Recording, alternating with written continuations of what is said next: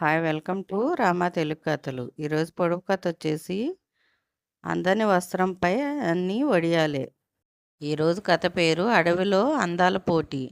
Juno అందమైన Greek దేవత. ఓసారి ఆమె ఈ అడవిలో ఏ జంతువుకు అందమైన పిల్లలుంటే దానికి మంచి బహుమతి ఇస్తానని ప్రకటించింది.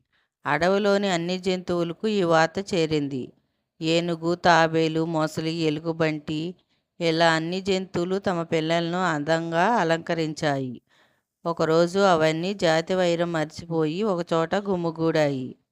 తమ పిల్లలకే బహుమతి అని ఒక్కొక్కటి తమ పిల్లలను చూసి మురిసిపోయాయి. ఒక కోతి కూడా తన పిల్లను వీపుపై పెట్టుకొని అక్కడికి వచ్చింది. ఆ పిల్లకు ఒంట్లో బాగోలేదు. అందువల్ల ఒకటే ఏడుపు. తల్లి ఎంత బుజ్జగించినా కోతి పిల్ల ఏడుపు మానటం లేదు. అడవిలోని జంతువులన్నీ అక్కడ చేరుకున్నాక